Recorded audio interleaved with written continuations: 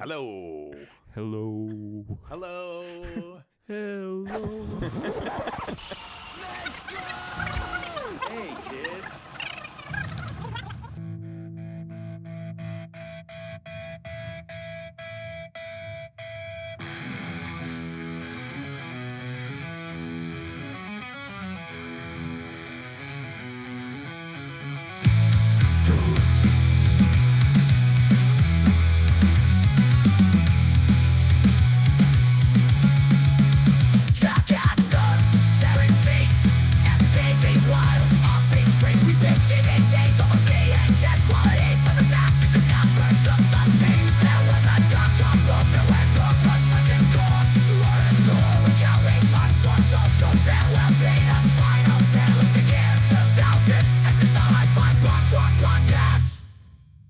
Hello, and welcome to the High Fives Podcast, episode 102.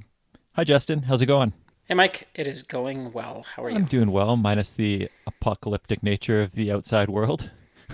I know it's looking grim out there.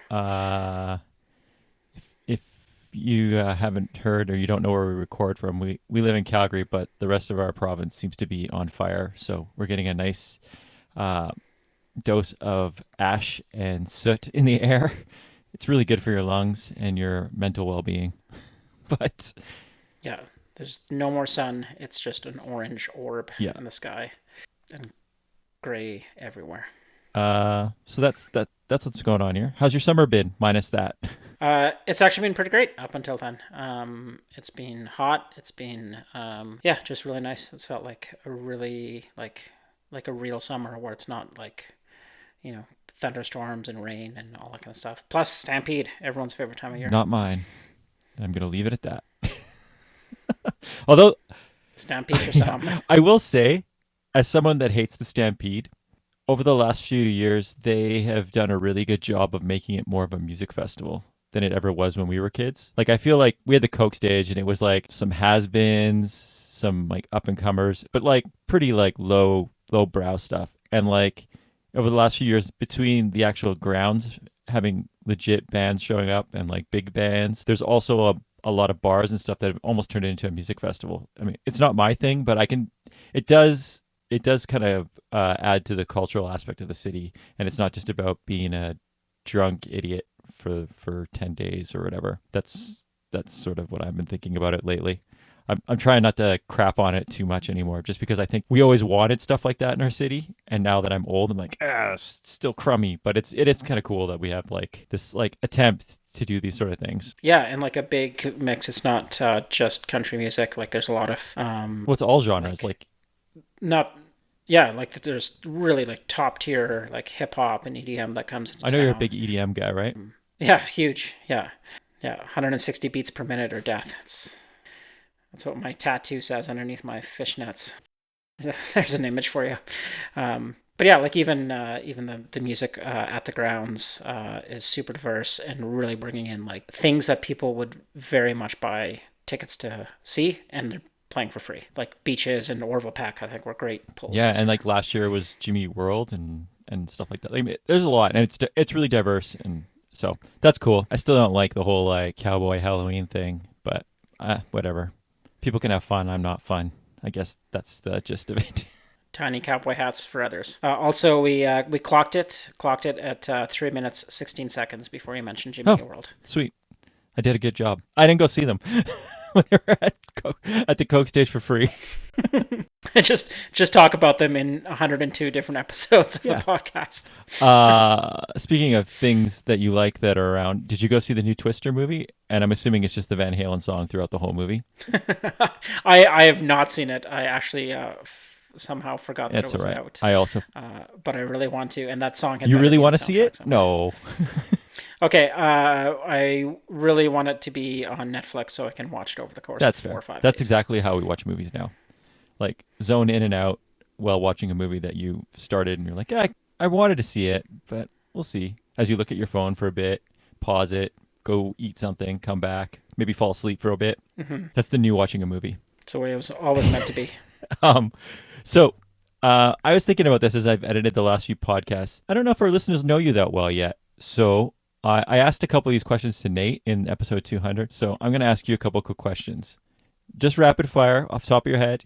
There's no right or wrong answer. If you screw up, you'll be mocked forever. If you do well, you'll be mocked forever. First song you knew you would get in trouble to for listening. It was probably something off Appetite for Destruction, because I would have been about 7 years old and knew that 8 years old, I think, when that came out, and knew I loved it. And I'm like, this sounds so cool. But also knew, I'm like, oh, there's some swear words in here and I'm probably going to get in trouble. And if it wasn't that, it was definitely going to be a couple of years later when I got Two Live Crews As Nasty As They Want to Be dubbed onto an MC Hammer tape. So it was harder to get caught with it, but it was definitely, that one would definitely have So you knew you were trouble. breaking the rules by like putting the little tape on the knot, like the little thing on tapes. Nice. Exactly. Yeah. All right. What song or band changed the way you think about music? I can only say something super cliche like Propaganda, because I think anyone would say that listens to punk rock. That's just a cop out of an answer. That's what Nate said, isn't it? Yeah, I feel like Nate said it. But Nate likes to take the low-hanging fruit. That's a low hanging fruit. I hope it's something like Milli Vanilli. It made me realize that music's actually not that important. It was actually probably like right from the start when I started listening to music and listening with my dad, and it was probably Bruce Springsteen. And like I remember very distinctly like being even 6 years old and listening to The River or Born in the USA when it came out.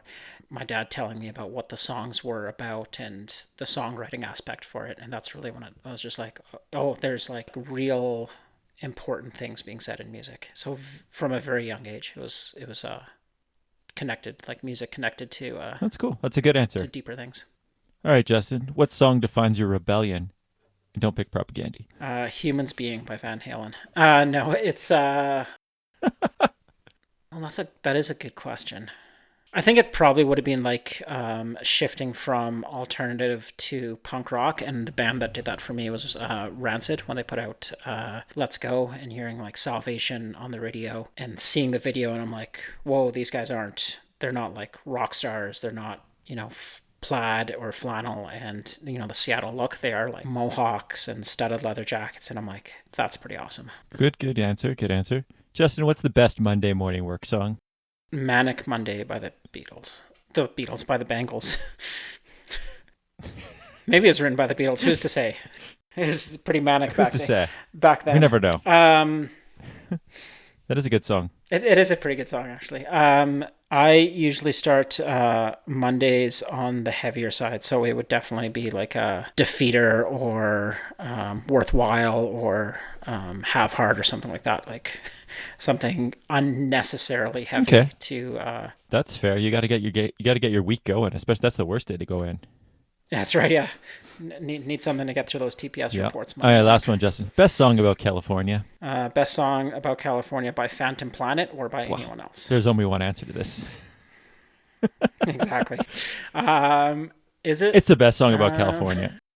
Is it Phantom Planet? The OC theme? It's the best piano riff about the OC. It's got to be, unless you're going to pick Californication, which is pretty meh, but it's about California.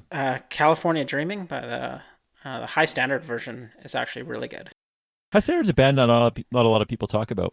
Yeah, probably underrated and maybe worth revisiting their catalog. Yeah, we'll see. Don't make promises you can't keep. Yeah, that's fair. Probably not Hotel California. It's Phantom Planet. I don't even know why you like the OC. Yeah, let's go Phantom Planet. Like that song instantly.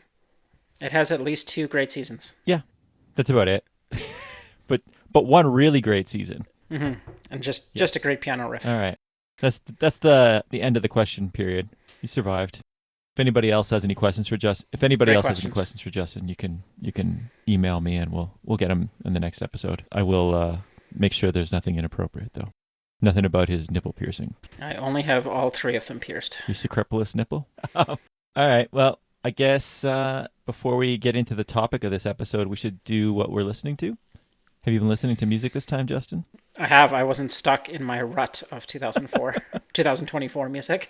So I've actually been listening to quite a bit. Plus, with Nate on the previous episode. It gave me a little bit more time to catch up on some stuff and even just dig through the things that you guys were listening to.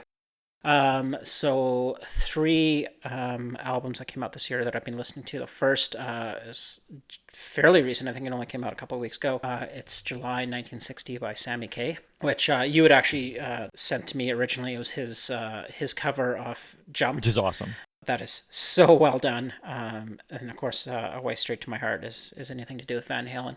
But really love this from like an easy listening, like sort of throw it on. Like I've had it on the background, doing stuff around the house or, barbecuing and stuff like that. And it's just like, it's got a great mellow vibe to it with like huge Springsteen vibes, which that's always going to be a good connection for me. A little bit more grit to it, sort of like in the vein of like a stripped down Gaslight anthem. And what I really like about it, like it feels like it could be from the 70s. He's singing, sounds like he's singing about the 50s, but it feels right at home today. You can definitely hear the Jersey in him, hey? Definitely, yeah. Second album that's been getting a lot of play on my end, and I think an early contender for top 5 albums of 2024 is the new album from MakeWar, A Paradoxical Theory of Change. I was really excited about this album when they announced it. I quite like MakeWar and really like this album. I think it's just a great sound. It's weirdly poppy, but gritty and driving and punkish and rockish and just so many great things put together. They remind me actually a bit of the Flatliners. Oh, interesting. I thought on this one they almost had a Spanish love songs feel to them, the way the songs are structured. Yeah, I could see that too. There's something about the way things sort of come together for them. They've really they're one of those bands that's evolved on each album, but not in like that bad way when bands evolve and they're like you can see they're trying something new. They're like just slowly growing. Each album is like an extension of the next. Kind of like how Menzingers started out doing that too, like where the next album was enough like the old one that you didn't notice the change, or there's a change, but it's not like that's right. It's not like you're like, oh, it's not jumps. It's not like a Thrice jump where like Thrice basically changed how they sounded. It's really cool. I really respect it. I love that album too. It's interesting. There's not any like singles on it, but it's like so good. Like I think it's gonna be on my top 5. Yeah. The one that does jump out at me is Tell Me. Yeah, that's kind of like it does have a good chorus. I think it might have been the single. Yeah, and to me, I'm like, that's the only one that really has this like very poppy kind of chorus to it. Yeah, it's just catchy and fun and a really good album. So really enjoying that one. And then the other album I've been listening to more and more is a band called Love Letter. The album is Everyone Wants Something Beautiful. So this is founding members of Defeater. So Northeast Massachusetts hardcore.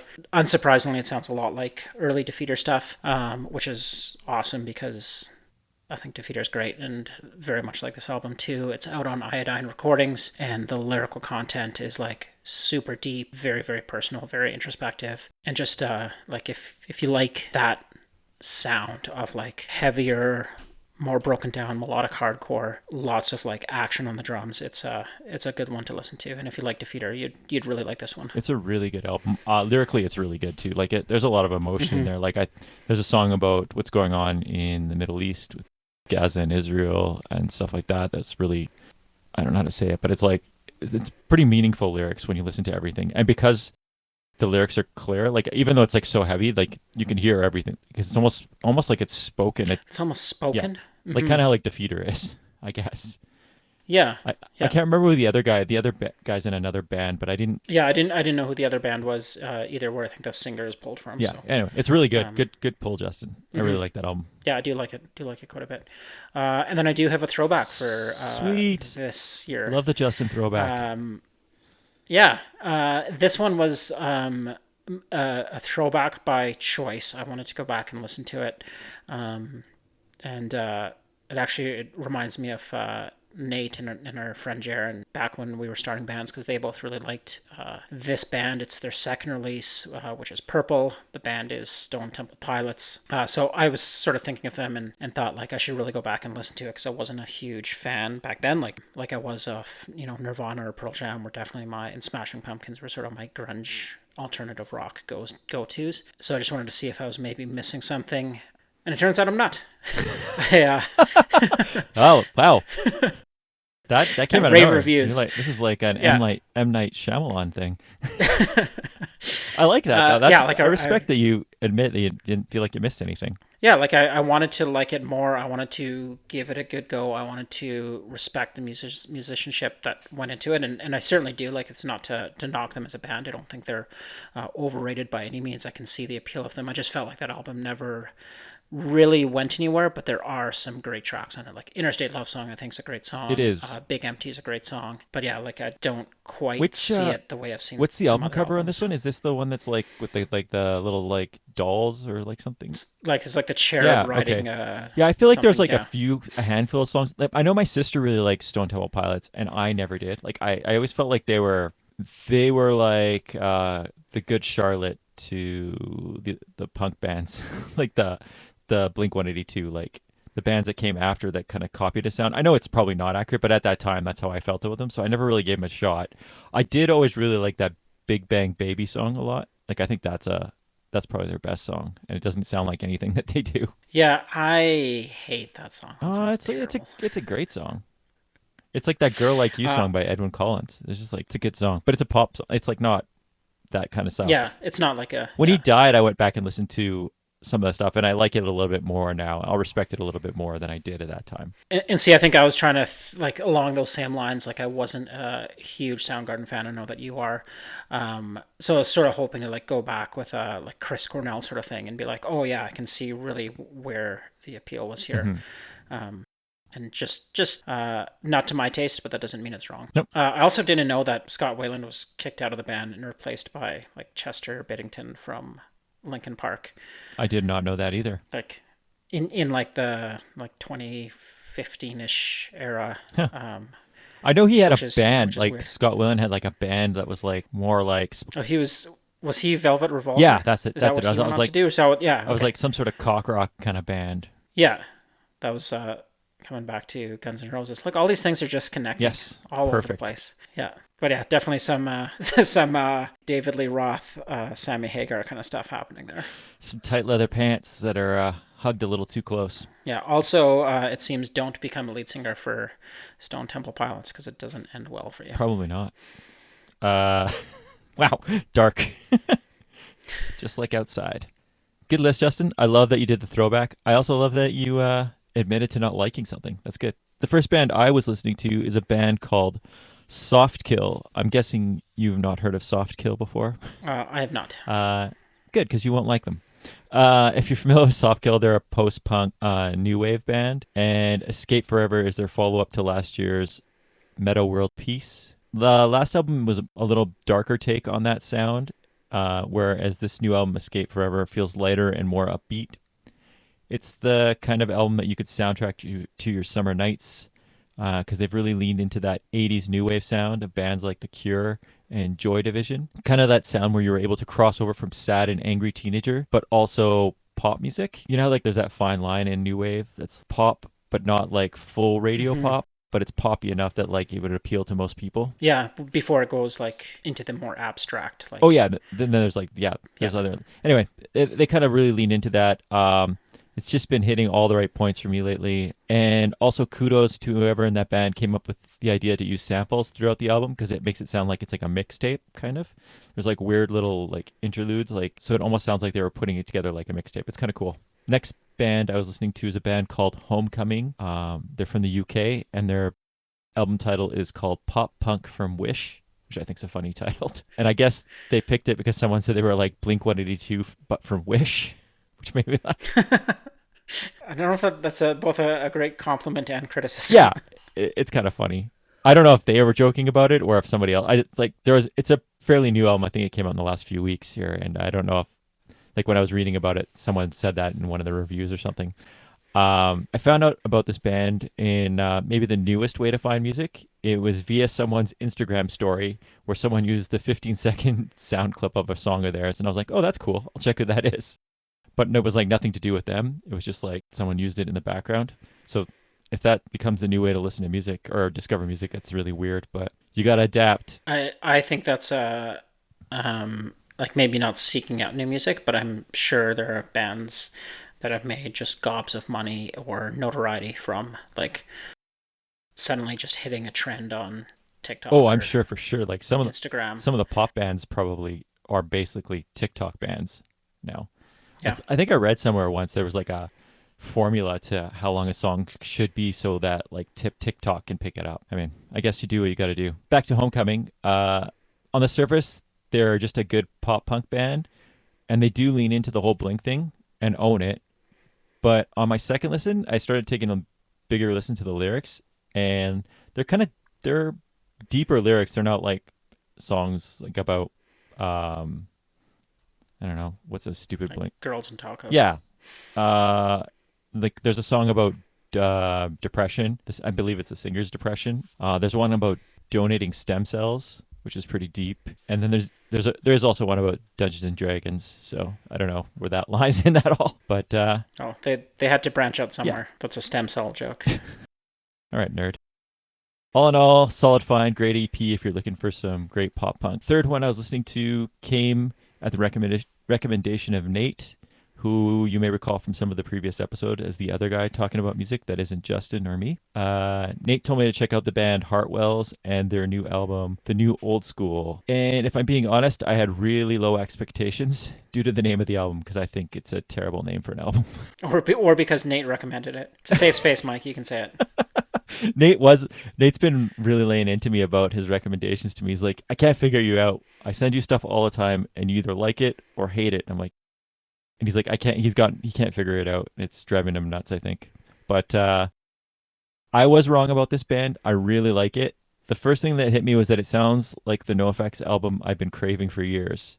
And I can't really put my finger on what exactly sounds like NoFX to me because it's not like in the 90s when a band copied NoFX and you're like, oh, they're copying NoFX. It doesn't sound like that. It just sounds like NoFX wrote a really good album that was new. And it's really good. It's an updated take on the sound. I would 100% recommend checking out HeartWells, The New Old School. Shout out to Nate for sharing it with me. Yeah, I actually quite liked it too and need to go back and give it a little bit more time. But my initial thoughts were there's a sound to it that's like what we loved 20 years ago, but it doesn't sound like it's 20 years old. Yeah, that's what I'm trying. Like, it doesn't sound like it's trying to sound like that. Yeah, it's weird. Yeah. Like it doesn't sound like it's a copy of that or like trying to mimic it or anything like that. Like, there are bands doing that sound again, and you can tell like they're really leaning into that. It sounds genuine and it sounds new, but like, I don't know. Something about it just sounds so NoFX-y to me. Maybe it's the bass in it. I don't know. It's just like, or how it's recorded. I don't know.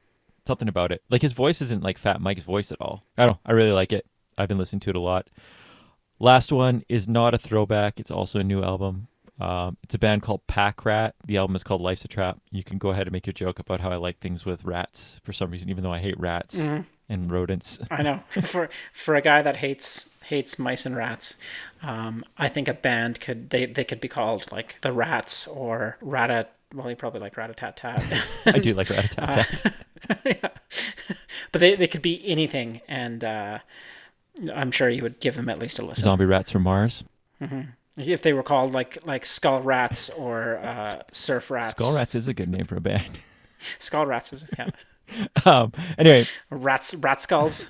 Maybe let's workshop this. We'll workshop it.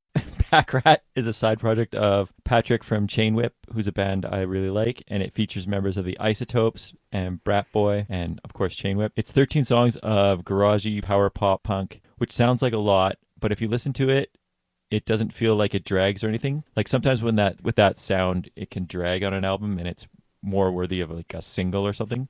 Every song is very distinct and unique and leans into a different version of it. So at times it sounds like 70s punk.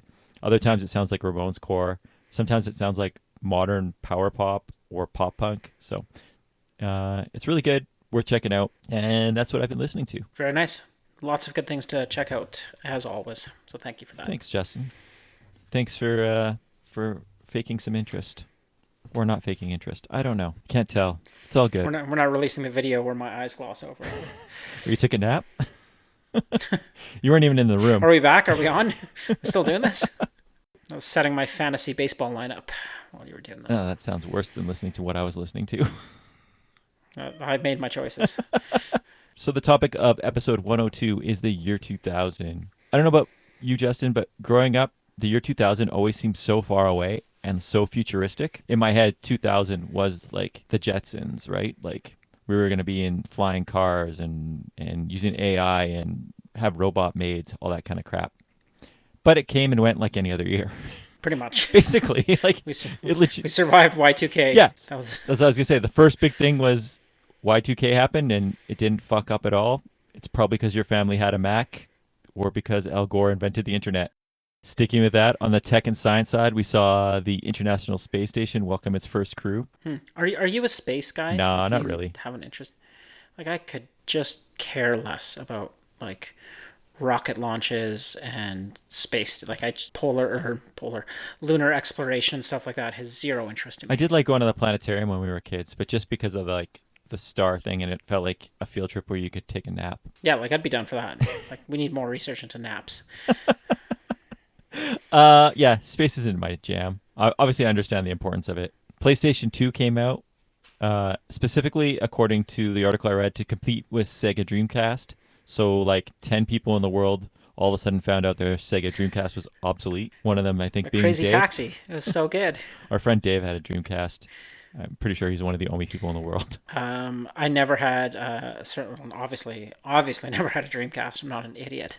Did not have a PlayStation 2 either, but boats did. And I remember playing Twisted Metal, and I passed by an ice cream truck the other day, like just in a neighborhood, and I was just like, oh man, I remember Twisted Metal. That was such a fun game. There's a TV show for Twisted Metal. About Twisted Metal?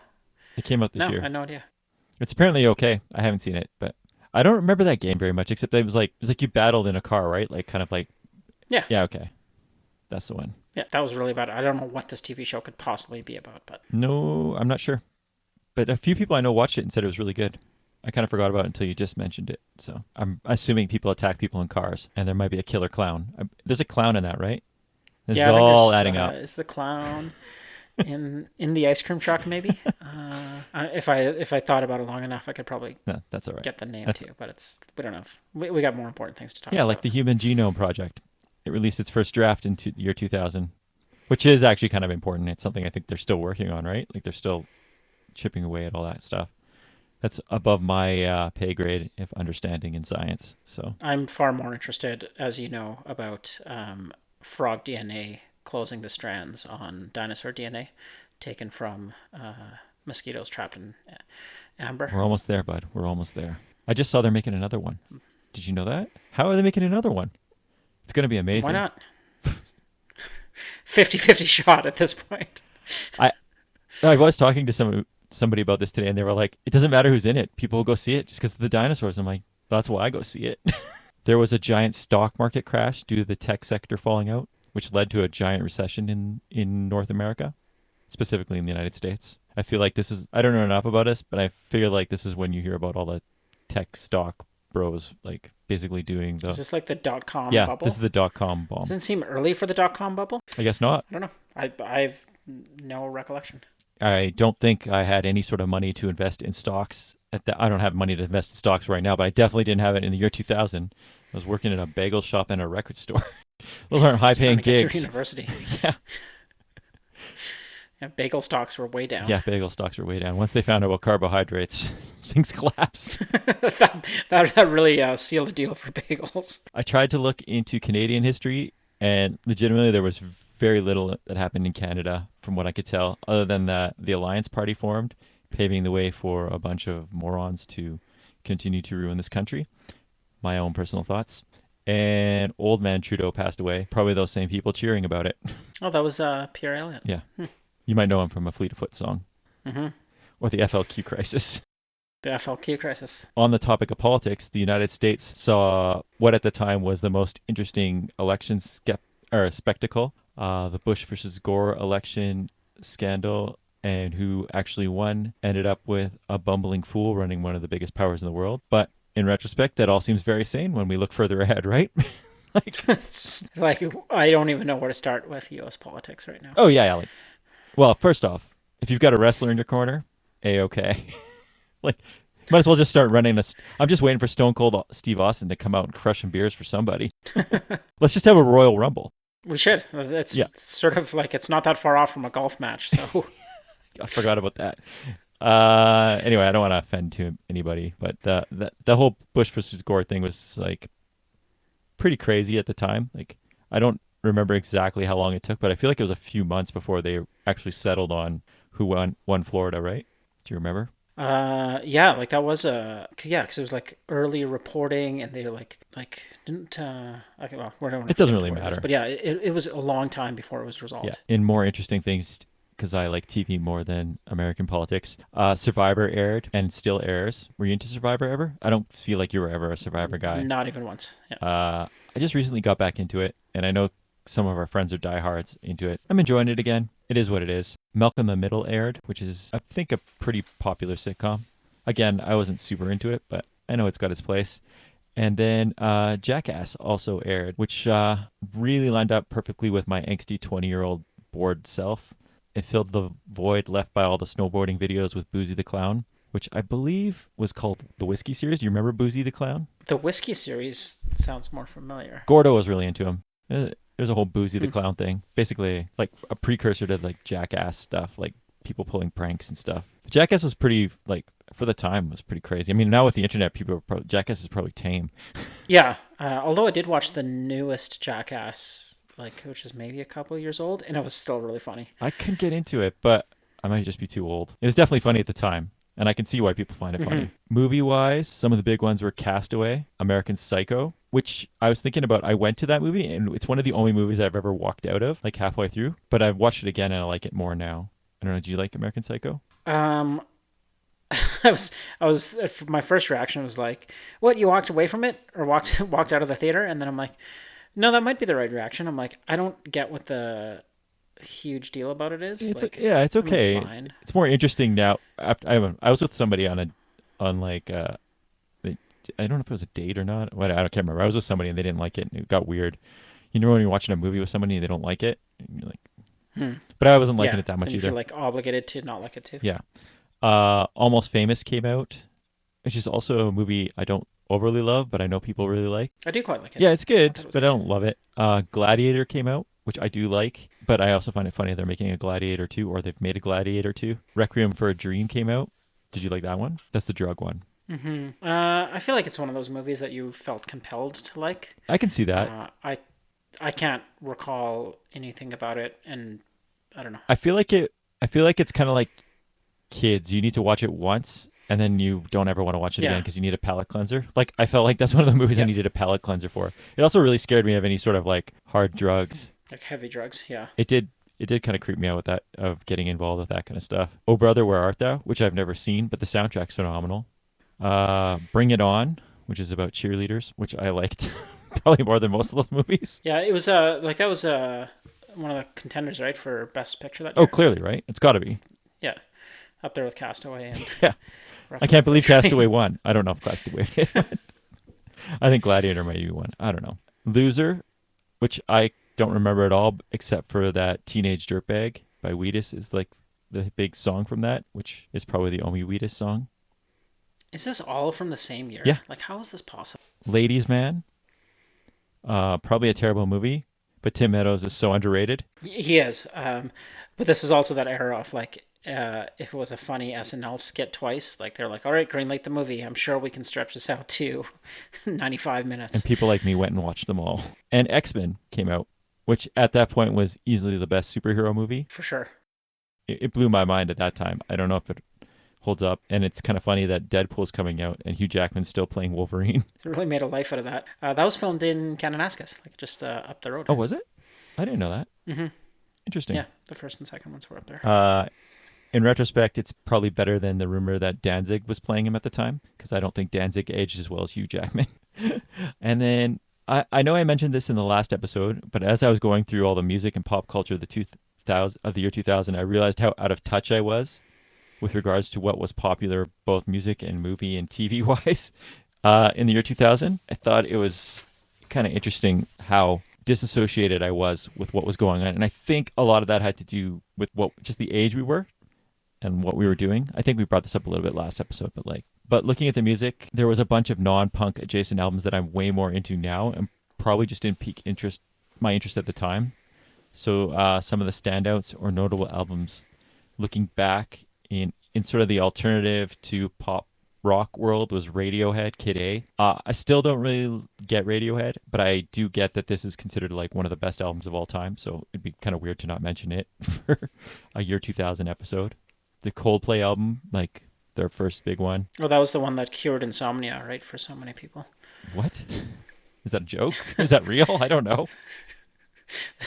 And I find Coldplay to be the most boring band. Just that'll cure all your sleep woes. Yeah, I don't like Coldplay either. Elliott Smith, Figure Eight, which is an awesome album. The Modest Mouse album came out. No Doubts, Return to Saturn, which is an album I debated putting on this list, but I didn't feel like it would fit the list. I do really like that album. The White Stripes debut, The Hive's first big album came out. Here's one you'll like. Iron Maiden's Brave New World came out, That was a good which album. is a great album. That album actually got me into liking Iron Maiden a lot more. Like I never really liked Iron Maiden Yeah. that much when I was a kid because I always thought they were kind of cheesy with their lyrical content. But Brave New World kind of really switched that gear for me. The Phoenix album came out. Peaches Teaches of Peaches came out. Tegan and Sarah's first major label album came out for you CalCon people. Offspring's Conspiracy of One came out, which I found out was the first album to promote MP3s with it. Oh, really? Yeah. So like we're a year. Last year, 99, we talked about Metallica suing Napster, and by 2000, Offspring's already saying like, take my MP3s. Like, take the music. Yeah. Green Day put an album out. I couldn't tell you anything about it, which is kind of weird because I probably up until then I would have known a lot about Green Day albums. Sum 41 put an album. Newfound Glory did. In hip hop, Wu-Tang, Ghostface Killer, Eminem, Outkast, and Jurassic 5 put out notable albums. That J5 album is really good. And the Outkast, That one is really the good. Outkast one's really good too. Probably those are albums that probably, and I guess to some extent, obviously the Eminem one too. All three of those bands probably crossed over into pop as well, right? Yeah, Eminem just put out a new album. Yeah, it's fucking like, terrible. Last week. I thought it had a couple good songs on it, but it's also like I had like a weird like I'm just like, man, this guy's been doing this for 25 years, and I'm like, well, let's not think about how old I am. Yeah. Whenever I say stuff like that, I'm like, oh, well, he's younger than me. Well, Eminem's not younger than us, but not far. It's not. Yeah, I think he's 50. So. Yeah. Also, 50 is a weird age to be putting out rap albums. Like, regardless of who you are, it's To put out angry rap albums or yeah, like that's what I didn't like about this. I thought he was like leaned into his like childish rap stuff, not even like being angry. Like Yeah. I'm angry about serious stuff. It was like trying to pick fights with people. I don't know. It was okay. Not my thing. And he sampled that Abracadabra song, which I fucking hate that song. I hate Steve Miller Band. So I agree with you. I think it's a terrible song, and it's even his sample's even worse. So yeah, like I was saying, the odd thing is like I was so disassociated with what was going on music wise, but at the same time we had Napster. I was working at a record store. I was consuming music at an insane pace, like probably more than I'd ever consumed, but it probably wasn't anything like that. It was more like, oh, I found this weird band that had a picture of a rat on it, so I'll open the CD and listen to it. Like, and I know like I was working Friday nights at the time, and that was the night we got all the import CDs in, which is the stuff that would have been more in the alternative or punk section. So I would spend like just like grab random CDs and listen to them, and probably stuff that was never hitting the charts or radio. So yeah, and plus I think, and I'm continuing from '99, like specifically you and me and our group of friends, we were really involved in our local music scene. So we spent a lot of time going to local shows and seeing bands that maybe played twice, 3 times. Yeah, Or- and we were quite active with our record label, and Yeah, like our comp came out that year. either small independent record labels and like getting to know who else in Calgary was doing that, or across Canada and a little bit beyond the world beyond that. But yeah, like it was I thought about it. I was like, yeah, like our comp came out. That was a big deal for us. Like we had a lot of fun at that. Maybe too much fun at the release party. We did the Warp. Like I think that was the year you guys played Warp Tour and stuff, or we just showed up and sold stuff at Warp Tour. Like yeah, where we decided we were going to play Warped Tour, so we just showed up and did it. Yeah. So we were running a label, putting on shows, doing stupid shit, stealing gnomes for fun, getting lifetime bans from our friends' places for lighting fireworks off. Basically doing what any mature 20-year-old does. So that's sort of my memories of 2000 was more that kind of stuff rather than like the pop culture or like the historical stuff, which is I would think Yeah, for sure. way I think it different was. than the previous years. So it was a little bit harder to go through and find out what was important. So 2000, for all its futuristic glory, was pretty meh. Like I said, it just came and went for me. That being said, there was a lot of rad punk rock releases, which we're hopefully going to discuss. All right, the year is 2000, and we're going to jump into our top 5 albums that came out that year. I'm going to start out with an album that literally within the first, I don't know, 6.5 seconds of hearing the first track that I heard off the album, I was just like, I love this band and I can't wait to hear this album and listen to it more. I heard it on a comp that was put out by Hopeless Records. No, sorry, not by Hopeless. It was actually the Subsidy Records comp. One of the first ones that they had put out. The band is Thrice. The album is Identity Crisis. And yeah, I just remember hearing it on this comp, and I was just like, "Whoa, this band sounds awesome!" And then I, of course, like bought the CD right away, which was probably from mail order at the time. And yeah, immediately, like the song "Identity Crisis" like takes all of 6 seconds to let you know exactly what the entire album's gonna sound like. Um, yeah, really liked the way the whole album came together. It was recorded by one of the guys from Death by Stereo. Oh, really? I didn't know that. Yeah, he'd recorded all of like Death by Stereo stuff and like Ensign and a whole bunch of other bands sort of that ilk. And I think he's done like, I don't know, 80 or 100 recordings since. And then the story of it, like the record label, or actually came out originally not on Subsidy, but on a record label called Green Flag Records, which was like, from what I could tell, something to do with like a record store that one of the guys worked at. And the owner of the record store put it out on his like own label, but he didn't actually have a label, so he called it Green Flag Records. And then Subsidy ended up picking it up, or Hopeless did, and put it out on Subsidy. Yeah. So if I recall, Hopeless and Subsidy were the same label, right? Were they not?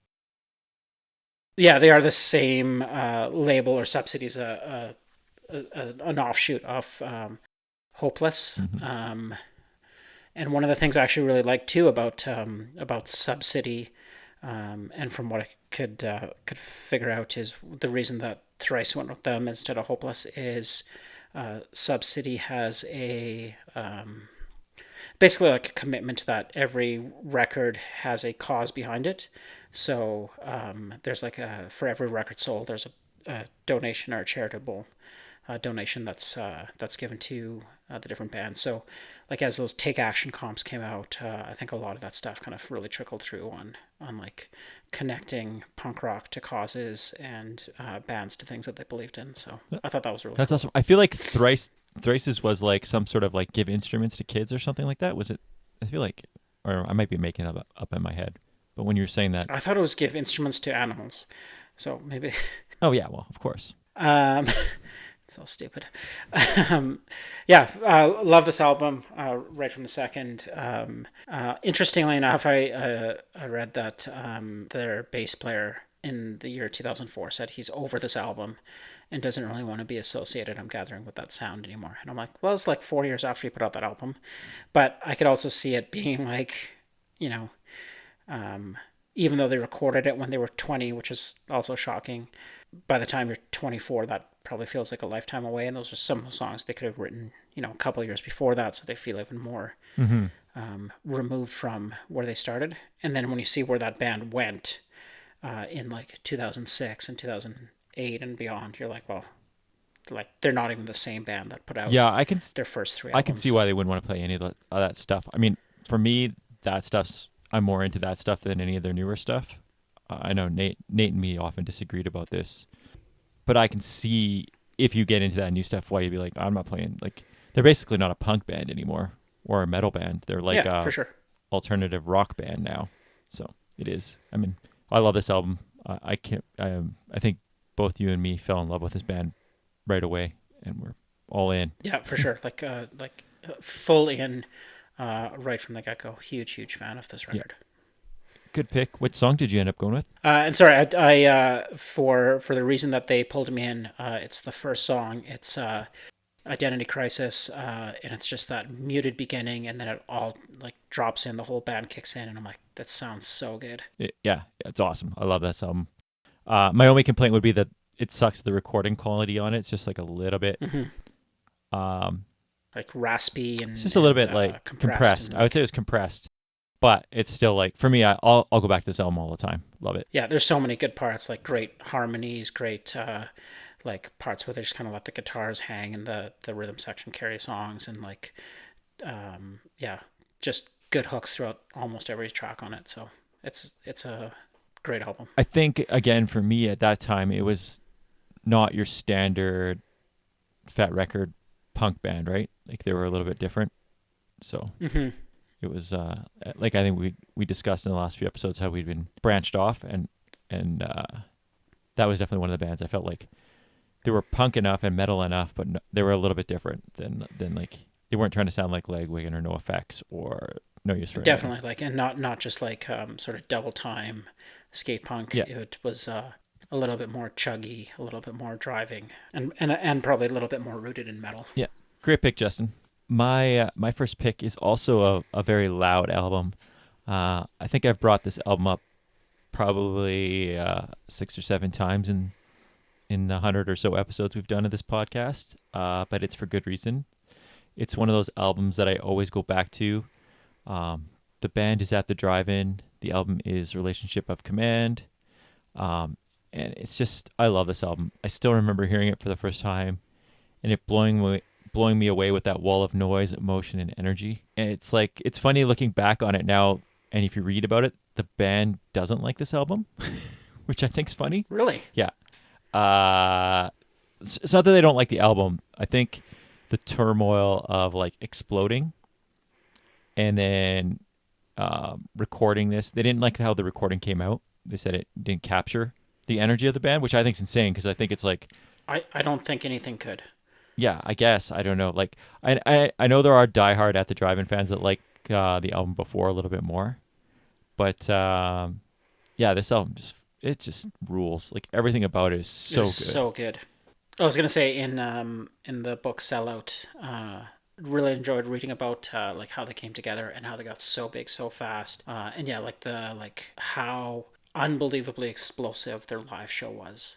And then I went back and watched like so many live performances, whether it was on like Conan or late night TV or like MTV stuff, or like even just like literal camcorder stuff from them playing like some show in a tent in a festival in Texas. But like everything was just like they left it all on the stage. Yeah, and I think part of that disenfranchisement with the band is that they blew up so quick that they went from the energy of in these intimate settings to giant stadiums where like someone only heard one arm scissor or whatever, and like trying to perform the same way and to get across their message because they are so political and so passionate about what they were writing about. I think that's like, it's kind of depressing reading Sellout, but 100% recommend that chapter. I learned a lot about that band, and it gave me, even though I love them, it gave me a whole new respect for what went on and how they broke up or imploded, basically. And what song did you pick? The song I picked was Mannequin Republic. It's a song that's always stood out to me, but I think it's one that's not mentioned a lot off this album. I mean, I could pick any one of those songs. I think one of them was my like, well, I know it was. It was your it was my cell phone thing for a long time. And I only got rid of it because I got like the job I have now, and I had to have people calling me, and they couldn't have like someone find out about Mother Leopard's cubs. So yeah, I think you had that one, and I had the Simpsons dialing wand from oh yeah, you forgot about that. the episode where Homer gets too fat to answer the phone. Oh man, what a time. On that note, I think I had it would have been the later on. I had a Thrice ringtone too, when you could get ringtones before, when that was like and it would be like a like MIDI kind of thing. I think when you called, I would get a Thrice thing. Yeah. Wow. So high tech. So high tech. You can probably do that on iPhones, and I just don't know. Like, I'm sure you probably can have like, yeah, for like every single person. You could.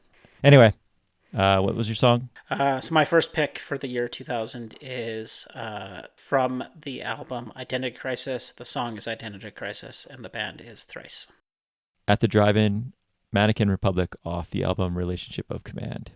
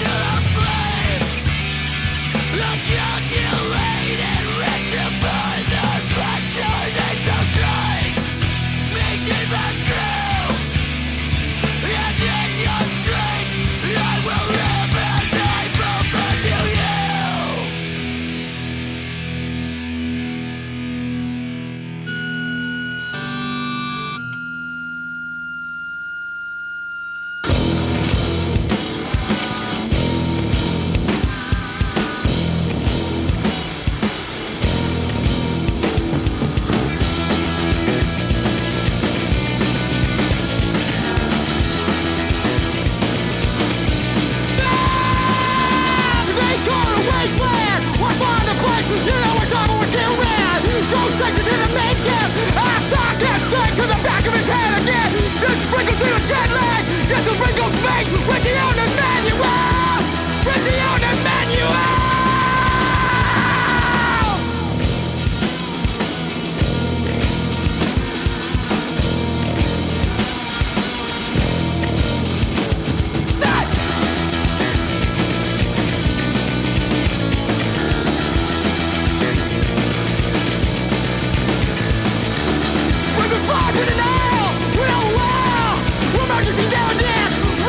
With the statues, right on learning how to melt it.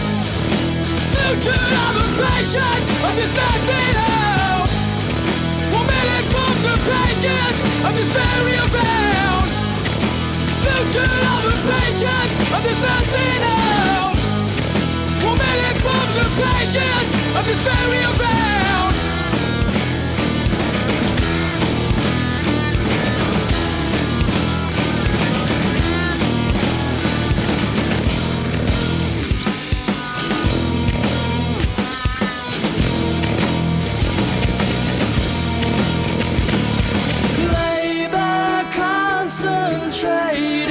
When this sheepless chapel labor concentrated in this sheepless chapel.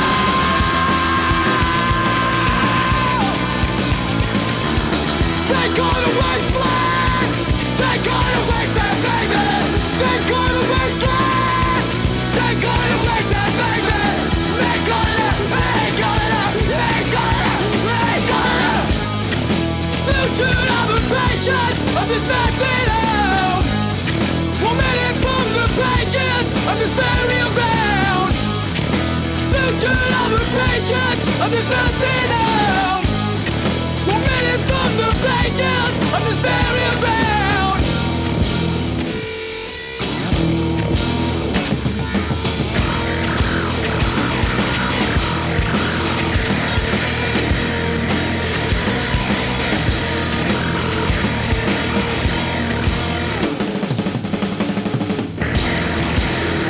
All right, off to a good start for the year 2000.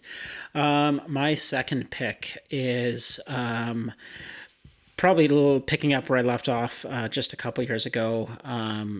Even though we talk about moving a little bit past skate punk and a little bit past the Fat Records typical sounds and branching out into different subgenres of punk rock, there's some things that I just couldn't let go. So my second pick is NOFX's fifth album, I think. Pump Up the Valium, released June 13th, 2000 on Epitaph Records. Up until today, I was sure that this album was called Pump Up the Valium. It is not. What's it called? Pump Up the Valum. Valum. I always thought it was Pump Up the Valium. Yes, so did I. They couldn't call it, or they couldn't say Valium because they would risk getting sued by the pharmaceutical company, which I guess happened to, I don't know if there's another punk band that had RX Bandits, maybe? No, I don't know why. No, they were. They released an album called Lysol and got sued by Procter and Gamble or whomever. So literally 24 years later, in a couple months, I'm learning that it's not called Pump Up the Volume. And that also makes sense because it fits a little bit better with the play on Pump Up the Volume. If it's volume, I don't know. Anyways, this sort of builds on the theme of getting just a little bit more serious and a little bit more skilled and a little bit more musical, like they showed they could do on So Long and Thanks for All the Shoes. And just a little bit more sophistication in the music. Lots of good songs in this one. Dinosaurs Will Die, I think, is top 10 NoFX song. It's a great song. So good. What's the Matter with the Parents Today is a great song, and probably what my kids think about me when I'm still listening to Refused and Bad Religion, and they're like, what is wrong with this guy? Listen to the old-timey music. Put on the Charlie XCX album. I think your kid's probably too young for the Charlie XCX album, but it's the new thing, Justin. Come on. It's a brat world. Brats? Not brats, but brats. Is that like a Rat Boy Summer thing or no? Yeah. Okay. No. Who knows? Yeah, I don't maybe. know what's I don't know. happening these days. I actually really like the last song, which is the theme from a NoFX song, which is great. I thought it was just like still a silly and stupid song, but really fun. I like that you picked this album. It's after I know So Long and Thanks for All the Shoes is my favorite album. This might be my second favorite one, and I think it's interesting because it's so different than So Long, but like everything I like about the band too, and like they tone down the goofiness, but they're still there. It's I think like just the way it even opens, it's like just so like hard hitting. It's a fun album. It is, yeah, and I think they tried different things on this one, and that kind of leads to the song that I chose, which was "Bottles to the Ground," which has an off time breakdown in the middle of the song where they play it's like a 4/4/3/4 mix, which is not not very common in punk rock, certainly not in like typical Fat Record sounding punk rock. So I've always liked that about that song. I thought it was so cool to like hear them throw it like an odd time signature into a song. Great pick, Justin. Like I said, I really like this. I like this album a lot. It's one of my go-to NoFX albums for sure. So I'm glad you picked it. I'm gonna stick with your theme of going to something that is that we were allegedly moving away from, and hitting up the ska content for the album. The band is Less Than Jake. The album is Borders and Boundaries. So super unpopular opinion, but I think this is my favorite Less Than Jake album. Interesting. Which I would say it's not for a lot of people. I'm not even sure why it stood out to me always. I always felt like I was trying to think about it. I'm like, maybe the hooks are better in it, and the reduction in ska gave way to more melody.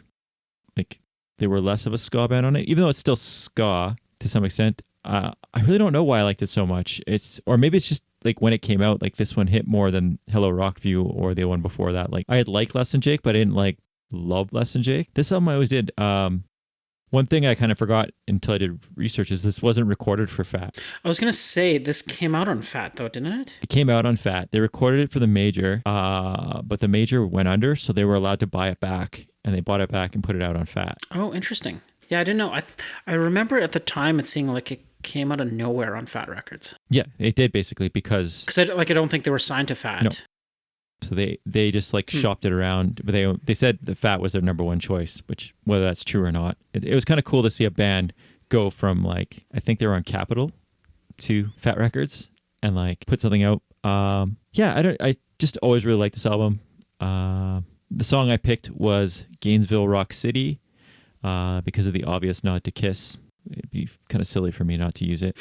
But yeah, front to back, still one of my favorite listens for Less Than Jake. Yeah, great pick. I think this one sort of, I can see them sort of moving away from that ska sound and not relying on like the trombone slides and some of the stuff that like Losing Streak or Pescore definitely had, and really leaning into like more breakdowns and gang vocals and more of a rock sound. Actually, when you say that now, I'm thinking about it. I'm like, they took the stuff I liked best on Hello Rockview and went with it on Borders, in my opinion. Yeah, they actually they just put out a single with Goldfinger. Yeah, the cover of that country song.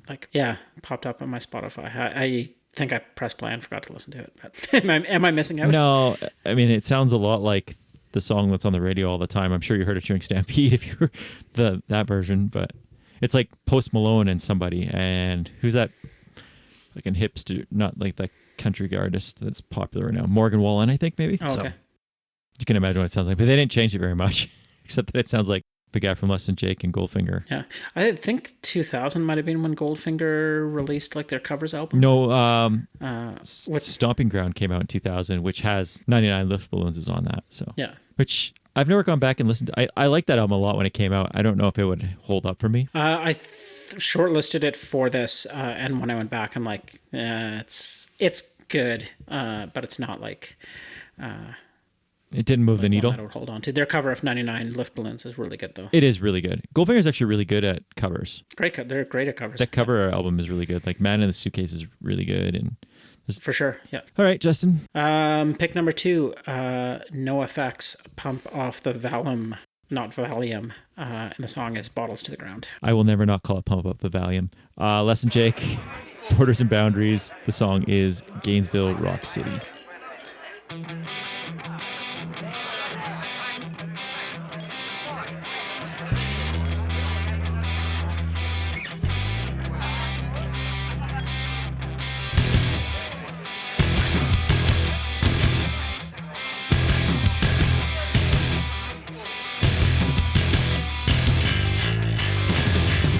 You'll know it when it's over.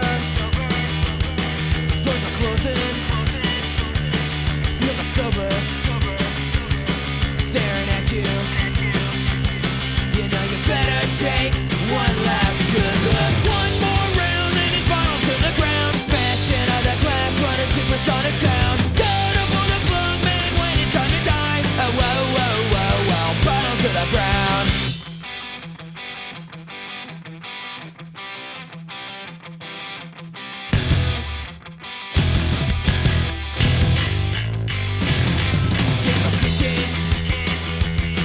On the sidewalk, here's some records in a milk crate. She'll be staying. You'll be throwing whiskeys over one left. One more round and it falls to the ground. Smashing out the glass and a perfect sound. Gonna be the vibe for when the rats are gone. Oh, whoa, whoa, whoa, whoa, bottles to the ground. One more round and it bottles to the ground. One more round and it bottles to the ground. One more round and it bottles to the ground. One more round and it bottles to the ground. One more round and it bottles to the ground. One more round and it bottles to the ground. One more round and it bottles to the ground. One more round and it bottles to the ground. One more round and it bottles to the ground. One more round and it bottles to the ground. One more round and it bottles to the ground. One more round and it bottles to the ground. One more round and it bottles to the ground. One more round and it bottles to the ground.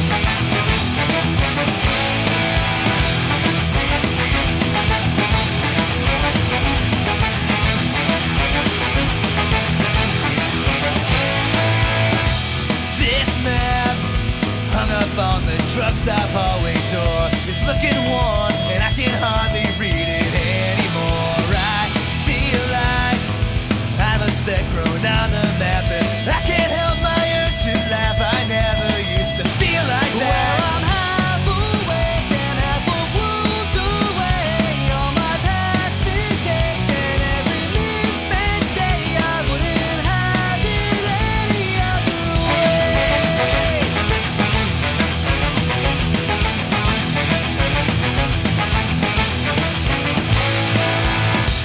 I'll try through my haze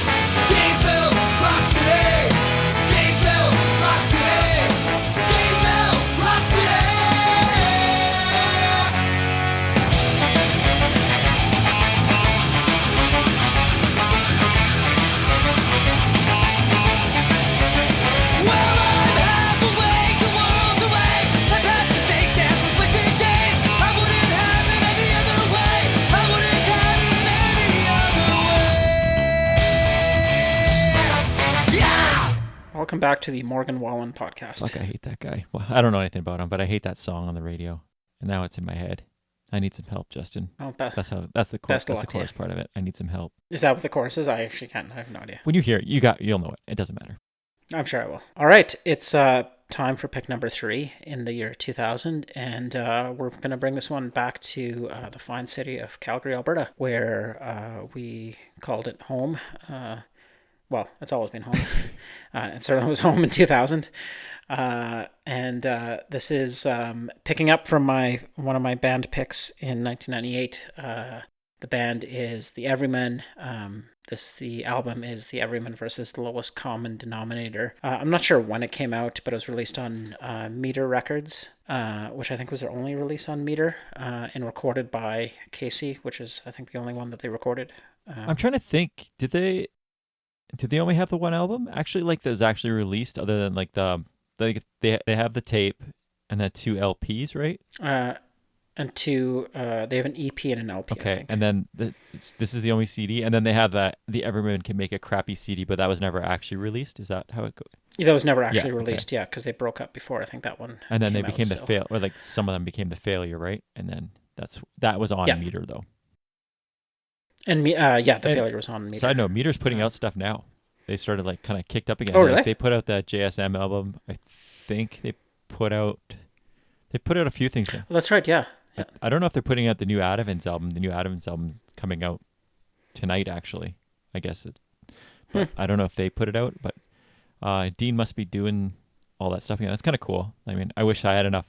That's awesome. I wish I had enough energy to put stuff out again, but I don't. Yeah, that's awesome. That's really great to hear. Love the local flavors coming back. This album, I think, is I think it's recorded, really quite well. Great mix of like pop, punk, ska, like catchy riffs, and of course, incredible musicianship from not just from a local band, but from a band of any size or stature. And yeah, I know I talked a lot about the Everymen and how much they like influenced me to be not just in a band but a better musician. So this band will always hold a special place in my heart. The song I chose is "The Stabbing," which is the first track off the album, and it brings in so many like diverse musical elements together, from reggae and second wave ska to hardcore breakdowns and quick double kick rhythms. And gang vocals. It's sort of all rolled into one, like you could only do in the early 2000s. And the Everymen do it really, really well. So that was my pick. Is Dear Amy on this album? I feel like it is. I like that song a lot. I like The Stabbing a lot too. Is I Quit on this? Yeah, there's a lot of I Quits on this. Yeah. I Quits on it. How to Get Ahead of It in Advertising. There's quite a... Is it online? Like on like streaming stuff? It is, yeah, on cool. Calgary Cassette Preservation. Well, I know it's on there, but is it on like on Spotify or anything like that? No, I don't think it is. Yeah, Okay. I don't think any of their stuff is. So Weird. Anyway, that's good. My only complaint with the Everymen was that they never recorded their Police cover or Van Halen cover, because and for anybody that doesn't know what they really leaned into their Police love, and you can see that influence on this album, I believe. Influenced.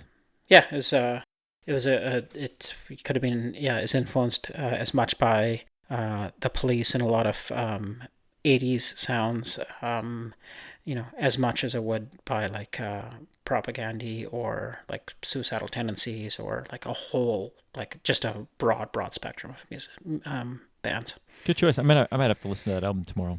I kind of haven't listened to it for a long time. You should. I think it'll take you right back to the Calgary Multicultural Center. So, funny thing, my next pick is also from Calgary. So it's like we're on the same wavelength here. The band is Life After High School. The album is The Tape. I don't know if it actually ever had like a legit name. There's different versions of The Tape. There's the original cover, which is like basically looks like we made it in like what was something before Photoshop, like clip art, before clip art even, like the one people like used to make paint, maybe? No, like when you would have like banners and stuff, like back in like when computers first came out, like whatever. It's an interesting cover, but the second version of it had like 4 different covers, each with different like photos and all handwritten stuff. I picked this album for a few reasons. 1, I love me some Calgary Con. 2, As mentioned before, a lot of my 2000 listening involved local bands and local releases. So I figured I should pick one of them, and why not pick maybe my favorite local release of all time? Sorry, Justin, you're not in this band, and I figure enough times passed that it's not self-promoting an album we released ourselves. Third, it's probably just me, but I always felt like this album should have been so much bigger than it was. Like, I feel like if they would have got it to a better label than ours, that maybe it would have like done a little bit better. Or maybe I don't think Life After High School toured. Or they might have broke up pretty shortly after the tape came out. Do you know? Like, I don't remember. It's all kind of a blur to me. In fact, I'm not even entirely sure this came out in 2000. I know it was recorded in 1999, but I feel like the actual tape came out in 2000, so I'm sticking with it. I would go with it too. When I was looking at it, I thought it was hilarious that we didn't put like a date on it. Like, what were we doing? Like, did we not even a copyright or anything like No, that? no copyright. It says recorded 1999, Dave Alcock. It's got all the lyrics. It's got lots of thank yous. It's got Steve's number and Brett's if you ever want to give them a call at their old house. I think their answering machine was Sarah Fisher from No Use for a Name. That's right, yeah. Like I said, it was recorded by Dave Alcock of Chicks to Get fame at the time. And they also did a track for our comp at the same time, which isn't on the tape. Also, why we felt the need to not put a song on there. It was pretty selfish of us. And if there's one complaint about this album is that when we took the DAT tape and mass produced it, we fucked up and some of the sound quality was lost, specifically on one of my favorite songs, Snowfalls. Mm-hmm. That's DIY for you. My next complaint is that we never got it online. Our ironclad contracts didn't have the foresight to allow streaming, but at least I have my counterfeit Life After High School t-shirt. Yeah, if you get a chance and you like the song, get in touch with me. I will get you some version of the songs because it's awesome. I really like that all three of Andy, Steve, and Brett sang and contributed, and I just always love this tape and this band. I wish we could have done more with them. And the song I picked was Saturday. Great pick. It was either Saturday or Life After High School. Life After High School's not on the tape. Oh, it's not on the tape. That was on the comp. comp. Yeah. We were so smart to hold that one away. Yeah. Ruthless. We're ruthless managers. I love this band, not saying that because we were and still are fortunate enough to be friends with them, but so good and so far ahead of its time. I think it was literally just 2 years or a year too early, and probably just we're in Calgary and not Toronto or the Midwest or Chicago or somewhere where there would have been even Vancouver. If they would have been in Vancouver, maybe it would have been better for them. Yeah. But yeah, so good and smart and poppy and great hooks and pretty amazing what a couple 19-year-old kids can put together. Yeah, it's awesome. Like I said, the tape doesn't do it justice because of the way we took it off the DAT, because it was recorded really well. Dave did a really good job of recording it too. Check it out if you, like I said, if you want a copy of it, I'll figure out a way to get you something digitally. But yeah. Great pick. Love that band. Round 3 is bringing it back to Calgary with some solid CalCon and CanCon. Off the album, The Everymen versus the Lowest Common Denominator, it is The Everymen with The Stabbing. Life After High School off their tape. The song is Saturday.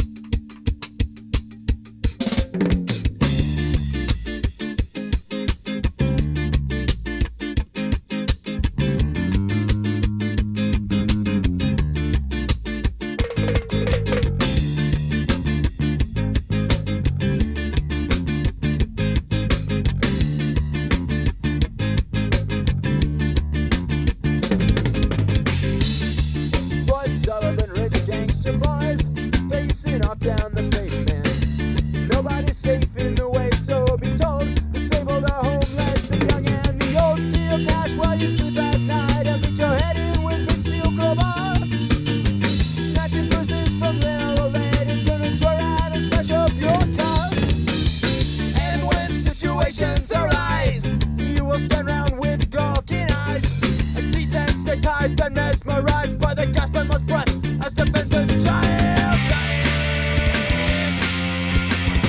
Stabbing! Stabbing! Stabbing!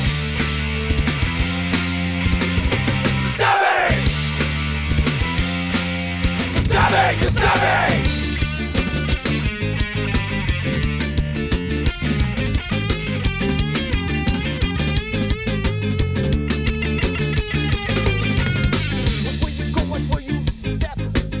And now the streets are paved with death. Oh, they'd like to shoot you where you stand to prove who is the bigger man. Die! Die! Die! This wasted on die! Die! Die! Die! Another young life thrown by the wayside. 16 years he saw before he died. Another innocent out like a light. So gently you go to that endless dark night. The stabbing! The stabbing! The stabbing! The stabbing! The stabbing! The stabbing! The stabbing! The stabbing! The stabbing! The stabbing! The stabbing! The stabbing! The stabbing! The stabbing!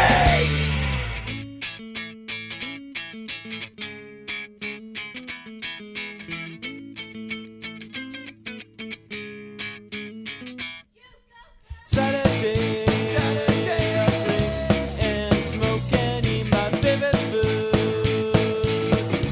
and I will feel when I cry. I know it's not 'cause I didn't get enough to eat that day, 'cause I feel nothing. I think it needs back up. I can feel it.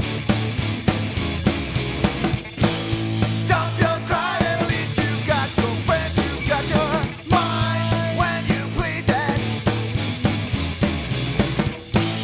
Problems around here, well, thank God for all the good you've got.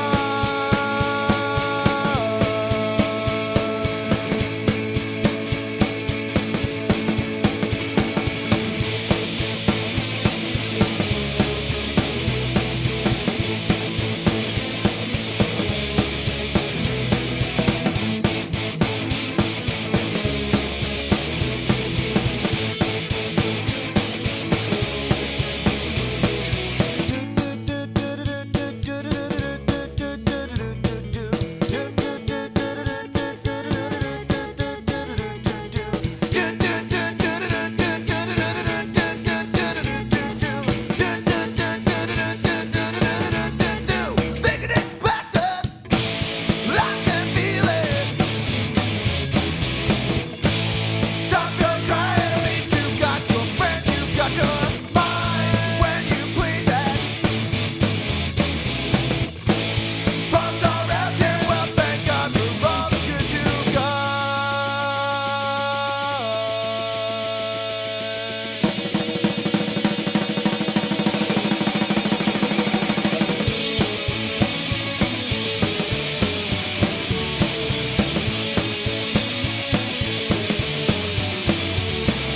Saturday might bring you sorrow, Saturday might bring you pain, Saturday might bring you back the focus on that fight right on again. Yeah!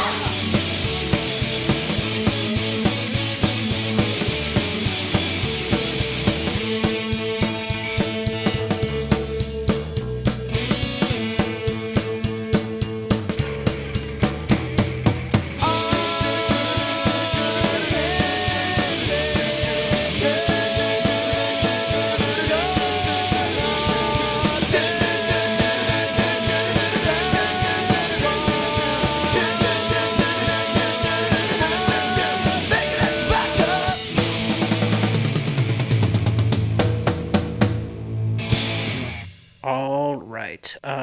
Cooking right along to our fourth picks and second final picks for the year 2000. This one is one of the ones where I'm late to the party, which I feel like is actually becoming a theme. Where I've usually got a pick that I is less of a nostalgia or moment in time pick and more of a retrospective, looking back, missed it when it came out or didn't fully get behind a band, and this one's certainly in that vein. You had actually chosen this band for our 1997 episode, so I'm picking their next release, which is actually their sixth release, which is also crazy. The band is Samiam. The album is Astray, which, similar to the NoFX album, I have always just thought was Ashtray. I always thought it was Ashtray too until you started saying Astray. So this is again, and this is also one of my, like, legit also one of my all-time favorite albums. So awesome. Yeah, we're learning just all kinds of stuff. stupid. This episode. Corpse all over again. Or core. Yeah. This one, I mean, there's no hiding. It's very clearly Astray.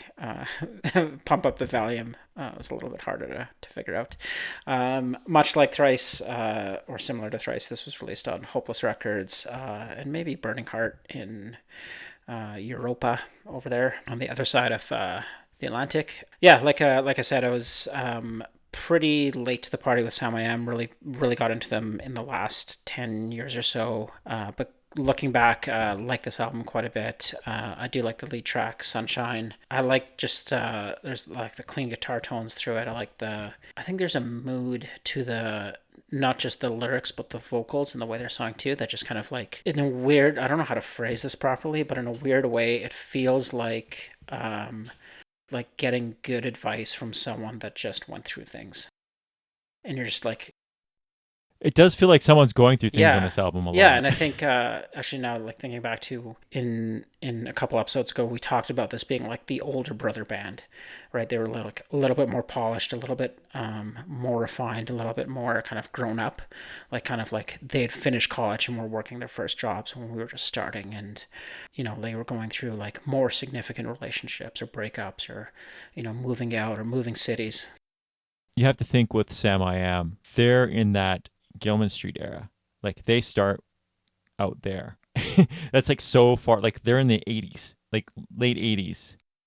Yeah, like they are 10 years deep, 6 records deep when this album comes out. And changing significantly. Their sound significantly changes as they get to this album. If I were to show somebody that never listened to Sam I Am, this is the album I would do to like get somebody on to this band, because probably front to back it's their like most consistent album. It does like whereas the You Were Freaking Me Out's significant to me just because that's where I kind of like fell in love with them, and it has 2 of my favorite songs, or a few of theirs. This one, like front to back, I'd almost compare it to how if somebody didn't like Jimmy or had never heard Jimmy Eat World, you'd probably want to play Bleed American for them, because it's like the most palatable to anybody. And like you said, this album really feels like someone's going through some stuff. I'm sorry to hijack your stuff here, but somehow when this came out, before it came out, maybe like 3 months before, I somehow had weaseled my way into 4 demos of it. I have no idea how. I don't remember even why. Their version, that song "Why Do We" is on there, and the demo version of it is so good. It's so stripped down, so depressing that I wish I still had that copy somewhere. I don't know how. I don't know how I got it. I feel like somebody sent it to me as a preview from like Hopeless, or like maybe even maybe someone in the band. Like this is like back when the internet was so new. Like you could it been like, because we'd done some comp stuff with Hopeless too, right? I thought we had a couple of Hopeless songs in our comps. Maybe I don't remember, but it had nothing to do with that. I just feel like at this point the internet was kind of like how when Twitter first started and you could like talk to people, like people were more willing to like answer you. So I think maybe I just started talking to somebody in the band and they sent me this and they were like, hey, we're working on this. Like I have no idea. I have 4 demos. I have them on a CDR somewhere, but I don't remember where. And I had them on my computer forever, but now it's so hard to get that stuff onto like streaming for yourself that it's not worth it in a weird way. Yeah, that's an interesting comment. And going back to my first pick for the episode, which was Thrice, and being able to like get in touch with bands. Like I remember sending emails back and forth with the drummer from Thrice because they put their like personal emails on their like web page, which is probably like a GeoCities page or whatever. Yeah. Because like it was just like, well, of course I can put it on the internet. Only like, a few hundred people have the internet, so it felt fairly safe. Yeah. I guess it's like putting your phone number on a tape. Like you just didn't. Yeah, exactly. Like, Yeah. what could go wrong? It's an interesting thing like that. It's kind of a cool time to be part of that kind of stuff. Yeah. Mhm. Anyway, sorry to hijack your whole thing with that story. No, not at all. And back to your comment about it, really feeling like they were going through something. The song I picked was "Dull," which is an incredibly powerful and sad song about like one of their friends, taking his life, and it's really, really powerful stuff. And the way that they can convey like how they couldn't really understand it, but they also could understand it, and just the really like mixed bag of emotions that they were feeling on behalf of their friend. And then it also has a great line in it about the doughboys breaking up on your front lawn, which I think is actually a true story. Oh, really? It must be. It must be. Yeah. So the Doughboys, for anyone who's listening and doesn't know, were like a Canadian punk band that never really, like, they had one sort of album that came out with a great song on it called Shine. And they toured, like they toured the US, and they did break up in California and never completed that tour. Well, they would have been part of that. They would have been part of all those scenes. Like when they were touring there, they probably would have played with those kind of bands. Yeah. Like the Jawbreakers, For sure. the Samiams. Yeah, and they would have fit in quite nicely, like, with that sound. I always associate the Doughboys with you because I think I didn't like the Doughboys until you played me a bunch of their stuff once, and I was like, oh, you know what? They're really good. Yeah, like I just figured them. I figured they were just radio CanCon because of Shine. But now that I listen to Shine, Shine's fucking awesome. It's such a good song. Yeah, it's a great song. And the Doughboys went on to become All Systems Go. All Systems Is Go. that it? Yeah, that was it. Yeah, I think so. And that album was actually really good. It's on that one might be. Yeah, that that on was good. Burning Heart. Yeah. It's on a weird label, but it's like, not that Burning Heart's a weird label, but it's like something that's not Canadian or something. It's something weird. Yeah. I don't think it. I don't think it was. I don't know. I can't remember. I just remember like that lead singer had a very distinct look, like Well, his dreads, I think, right? the big dreadlocks. Yeah, like you can spot him a mile. They have something to do with SNFU too, I think, or maybe they just always toured with SNFU. Like maybe they were just like in that same group. Because I guess You're just thinking of bands that have guys with dreadlocks. maybe. Great pick, Justin. Like I said, one of my all-time favorite albums. So I'm glad you picked it. On that same note, the next band is a band that This album is an album that I've always really loved and continue to love. The band is The Weakerthans. The album is Left and Leaving. So we've circled back to The Weakerthans once again on the podcast. I keep trying to not bring up repeats when we do these lists, but again, like Jimmy Eat World or the other ones that we've brought up, it just seems a shame. It's a shame to not put it on. If it's an album that you really love, it's hard to not put it on there. And this is an album I love and listen to at least 5 times a year, if not more. It's an album that changed how I look at music. Before this, I don't know if I would have explored folk or like a band with steel guitar in it to the extent that I would now. And I can pinpoint it to Left and Leaving. Everything about this album is great. It's full of emotion. It's an album I go to when I'm sad. It's an album I go to when I need to focus at work. It's an album that relaxes me and still excites me enough to turn it up loud. Like right when it kicks in, you're just like, this is a great song. Like it's one of those albums that I'll always go back to. It's a great piece of CanCon too. And it's so different. Like this album is a bigger departure than the first Weakerthans album. And you can really see where John Kay has like left the punk realm, I think. Yeah. Like, yeah, fully left. Like he's not, it's not even, like the propaganda songs coming on. I was trying to rack my brain which songs we had used on the podcast and not, but I gave up and just went with Watermark. So the song I picked was Watermark. Yeah, so many, like Aside is a great song. Watermark, like that would be like one of the other two. My favorite, one of my favorite lyrics, I think, in music is from the song. And it's how the airport's almost always empty, so let's go play on a baggage carousel. I'm like, it sounds like such a like such a Winnipeg thing to do. They are the most Winnipeg of bands, eh? Like it's so desolate and you've run out of everything you could possibly do. So let's go to the airport and then, and what is it? Set your watches forward. Like we're just arriving here, like pretending to be something you're not. And then the next lyric, from a past we left in a place we knew too well. I'm like, fucking brilliant. It is so smart. Like everything must go to just makes you feel like Winnipeg too. Like if you've ever been to Winnipeg, I'm sure a lot of our listeners have not been to Winnipeg, but if you've been to Winnipeg, it's a hard place to live. I think. Like I'm impressed that people stay there. Like there's lots of good things about Winnipeg, but it's a hard. I think it's like hopeful desperation, and you can see why there's good music that comes out of there. But what the fuck else are you gonna do? I remembered a comic strip the other day that when you were talking about lines from Weakerthans songs, and it's like it's two guys in a comic strip, and the one guy goes, "I have a headache," and the other guy goes, "I have a sore back," and he goes, "You can make that joke every single time Nice. I say I have a headache," and I'm like, "But that's how if I hear I have a headache, automatically I go, I have a sore back." So good, yeah. Just like what amazing songwriting. Great pick, Mike. I'm glad you picked this one. I love this album. Well, I'm glad you picked Samiam because I love that album. Great job. Wow, look at us go. What a team.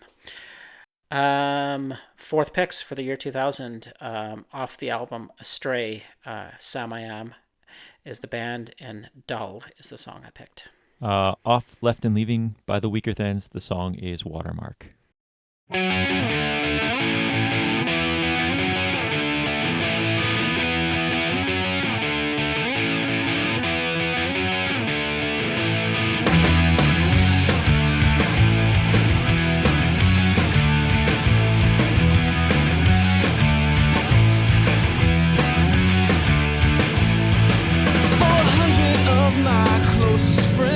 Forgotten names that I pretend to know it hasn't even been that long. So how have you been? You look the same. Remember when the Doughboys played a coming and they broke up on your lawn? And I wish it could always be like this. Is something I've been missing. It's not too late to change what you become. I saw everyone. We buried our friend and his gun. I think he'd be happy here right now. So don't be jaded. I don't want to spend another long and lonely weekend by the phone without anyone to call. I've had a lot of time to think and I'm so tired of thinking. I know why he put that bullet in his skull. I forgot how good it feels to be part of a spinning wheel, supported and supporting on and on. Forget the judgment and the games, forget the shit talk and the shame. You will only be young for so long. And I wish it could always be like this. Is something I've been missing. It's not too late to change what you become. And the last time I saw everyone, we buried our friend and his gun. I think he'd be happy here right now. Don't be jaded. I don't want to spend another long and lonely weekend by the phone without anyone to call. I've had a lot of time to think and I'm so tired of thinking. I know why he put that bullet in his skull. Because life can be so dull. Life can be so dull. Life can be so dull. Life can be so dull.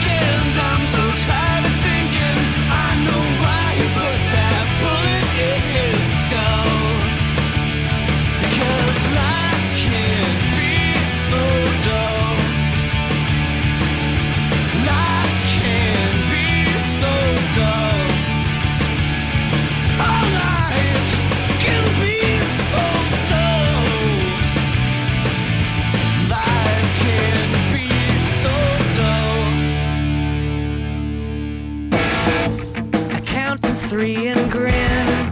You smile and let me in. We sit and watch the wall. You paint it purple.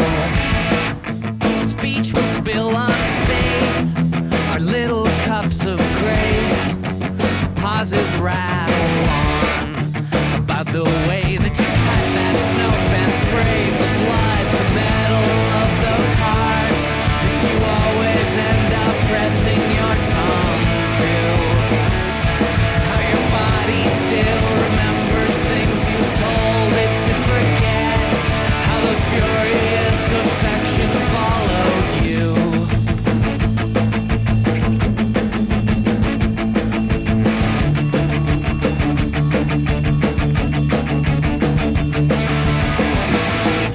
I've got this store-bought way of saying I'm okay, and you've learned how to cry in total silence. We're talented and bright, we're lonely and uptight. We found some lovely ways to disappoint, but the airport's always almost empty this time of the year. So let's go play on a baggage carousel. Set our watches forward like we're just arriving here from a past we left in a place we knew too well. Knew too well. Knew too well.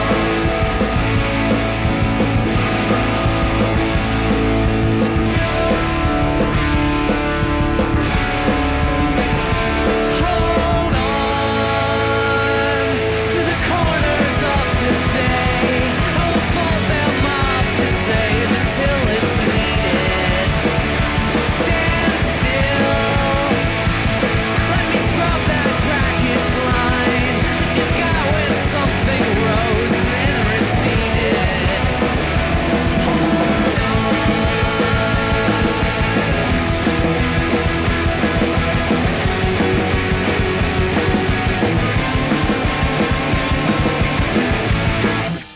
Great songs, Justin. Great songs.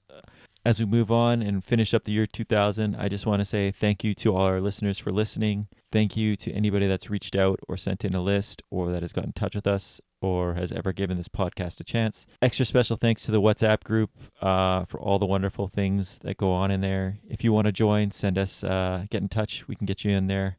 It can be fun. It can be annoying, but I think it's pretty cool that we've met some people that have the same interests as us. Thank you to Justin for doing this podcast with me, even though he rolled his ankle golfing like an old person. Twice. Yeah, if you like our podcast, give us a rating on Spotify or whatever streaming or Apple Music or whatever streaming music you use. I'm not entirely sure what it does, but people tell me it's important. If I ever listen to any podcast, It's the algorithm. every podcast I listen to, they say that. They're like, it's important that you rate us. So rate us. But more importantly to us is if you like our podcast and you know somebody else that would like listening to it, tell your friend to listen to it, because I don't really give a shit what Spotify thinks about us. I don't know if Justin does, but I'm not trying to make money or find advertising. So I'm just here for the royalty checks. I'll steal those like I stole all the Corrupt Records ones. And then I'm going to make counterfeit shirts for that too.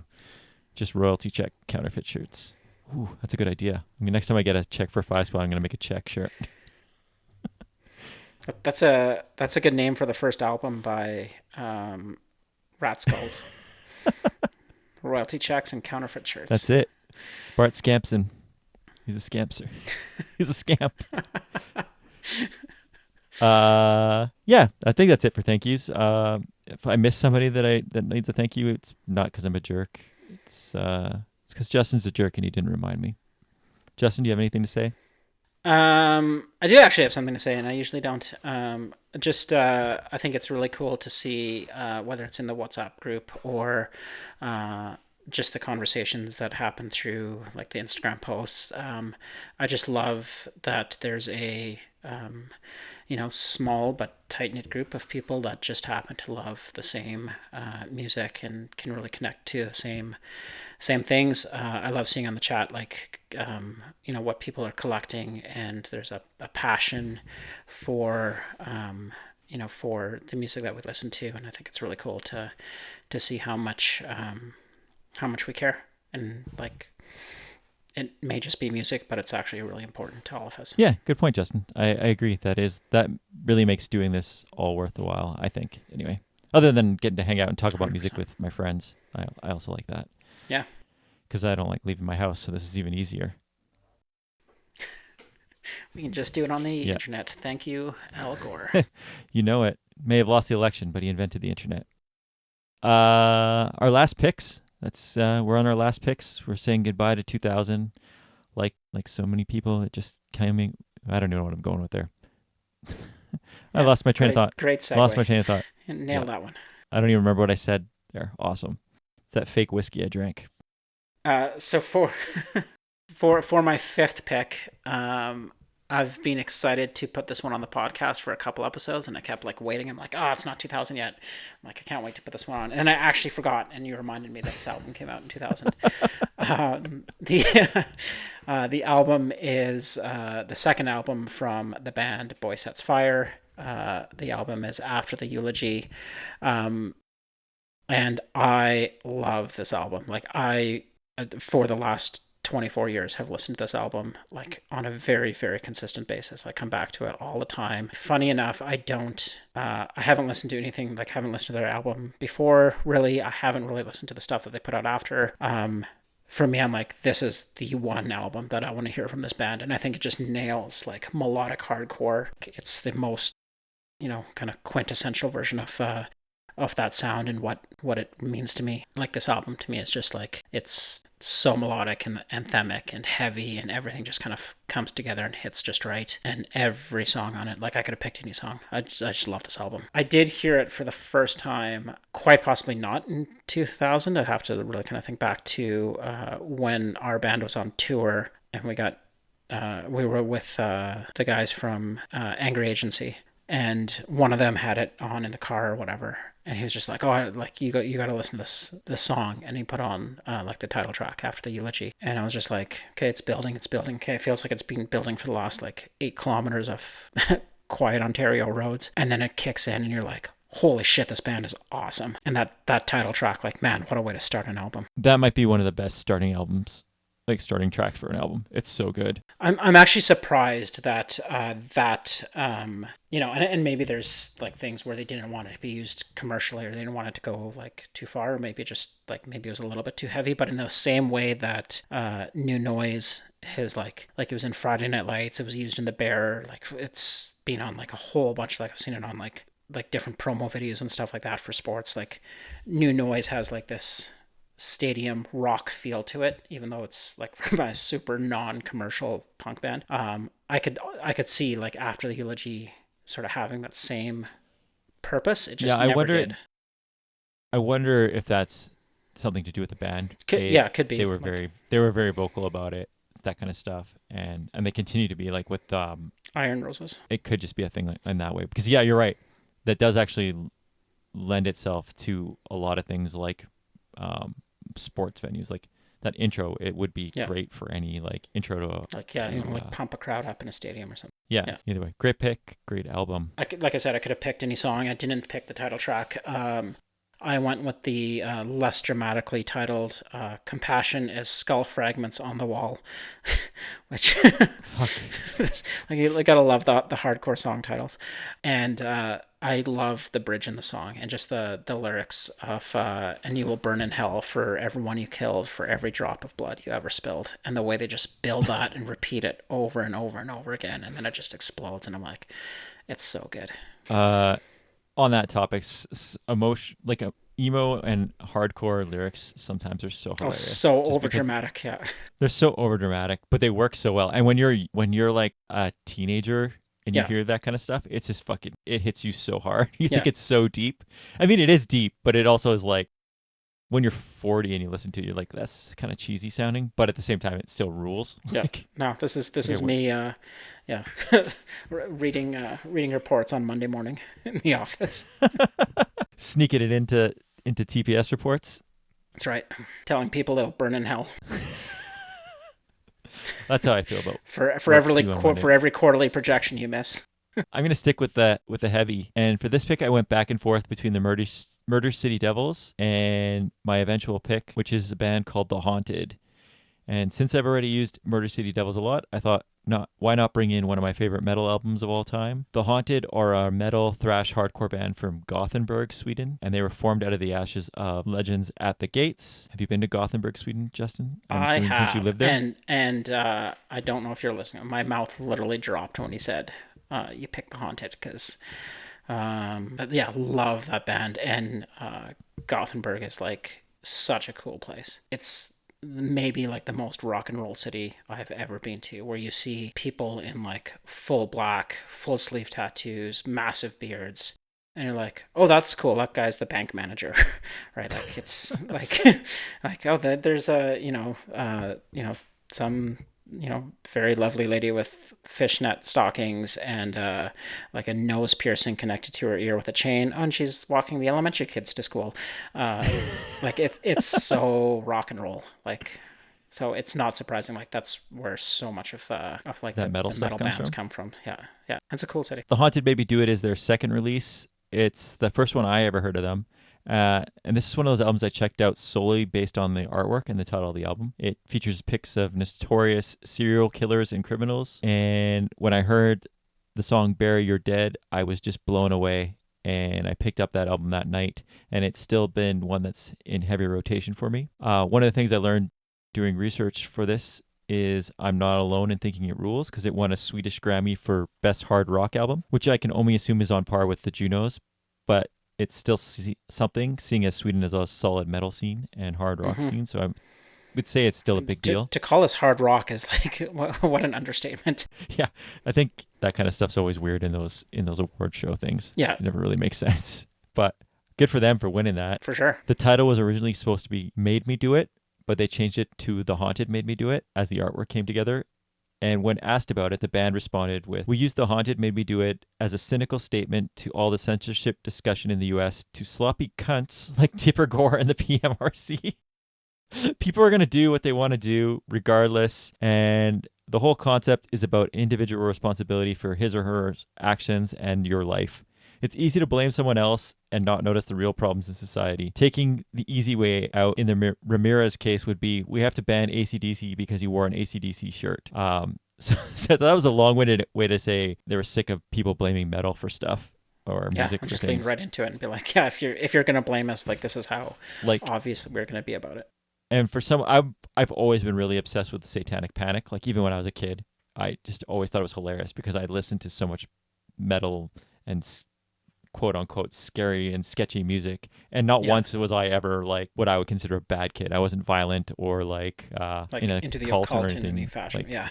so I always thought it was hilarious that this stuff was blamed for things, and like it just reminded me back to that Sacred Reich song, "Who's to Blame," or how people try to blame gangster rap for violence and stuff. Like you do have to take ownership for what you do. You can't just blame because you listen to a song. Yeah, like there's the odd person's going to be influenced by a song to be a psychopath, but like most metal stuff is so over the top and ridiculous in the same way that gangster rap is. You can't kill that many people and be like, "Oh, I just in the streets, but here's my list of people that I killed this week." Like, Yeah.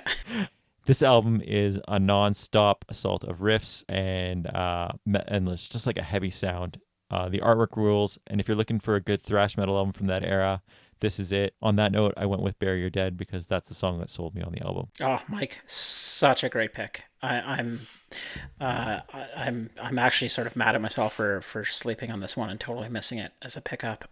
You had I'm sure you're the one that showed me this album.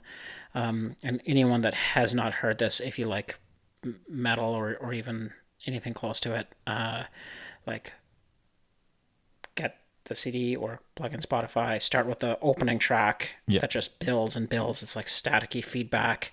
And then the way they recorded it, it clips from like pans left, right, and just sort of bounces back and forth, and then just kicks in with Bury Your Dead, and holy shit, does that song just slay. So- It's so good. So one thing I found funny is I was going back and reading old reviews, and it was such a mixed bag. Like metalheads didn't seem to like it because I think they were looking for an At the Gates sort of sound. And I guess the brothers that are in this band have like they're pretty influential in the metal scene, and they're like, oh, it's too crisp and it's too like commercial, and I'm like, this is too crisp and commercial. Like, Yeah. and I like thrash and stuff. At this time I didn't think there was a lot of good thrash albums. Like there was a lull there for a bit. Like now there's a lot again. This album is just like you said. It's just I love everything about it. I like the overproduction on it. I'm not big on overproduction a lot of times, but it works so well on this, and it's It works so good. Yeah. Yeah. just a great Yeah. album. Have you listened to a lot of their other stuff? Yeah.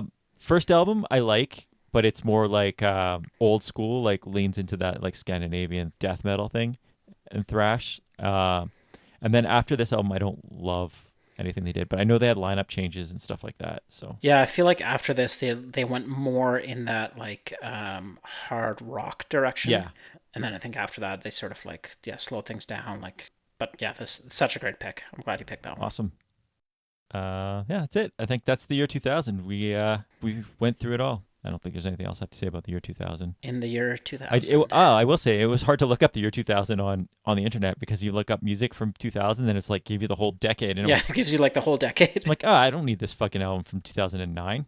Maybe that's what Y2K was all about. Yeah, should have wiped it out. Could have started all over again. Should have got a Mac. Yeah, we really blew it. All right, Justin. All right. Off the album, After the Eulogy, the band is Boy Sets Fire, and the song is Compassion as Skull Fragments on the Wall. The Haunted, Bury Your Dead off The Haunted Made Me Do It. Thanks for listening. Stay cool and be excellent to each other.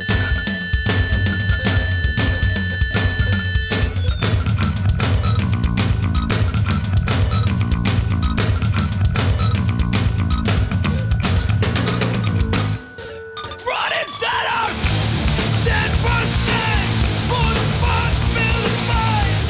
Tolerate, but only to patronize.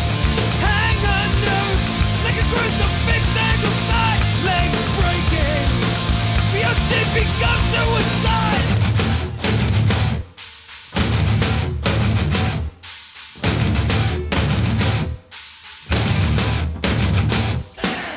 Sticking to your guns provokes an ugly picture of a child gagging on those same guns, transforming more self-loathing youth from queers to corpses in 2 seconds flat.